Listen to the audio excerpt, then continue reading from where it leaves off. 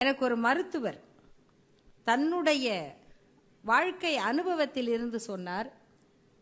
அவர் இந்த ஊசி மருத்துவம் என்கிற சீன அக்குபங்சர் கற்றவர். ஆங்கில மருத்துவர் அக்குபங்சரும் கற்றுக்கொண்டார். அப்படி கற்றுக்கொண்டவர் நல்ல வாய்ப்பாக சிங்கப்பூரில் ஒரு நிறுவனத்தில் சீனர்களிடமே உரிய உண்மையான மருத்துவர்களிடமே அதை கற்றுக்கொண்டார்.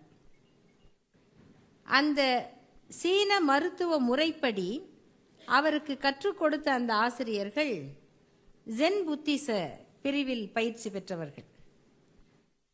அவர் தன்னுடைய கல்வி அனுபவத்தை என்னிடம் பகிர்ந்து கொள்ளும் பொழுது அதில் ஒரு உயர்ந்த கருத்து ஒன்று கிடைத்தது. அது என்னவென்றால், அந்த ஆசிரியர்களுடைய ஒழுங்குமுறையில் காலையில் அதிகாலை 3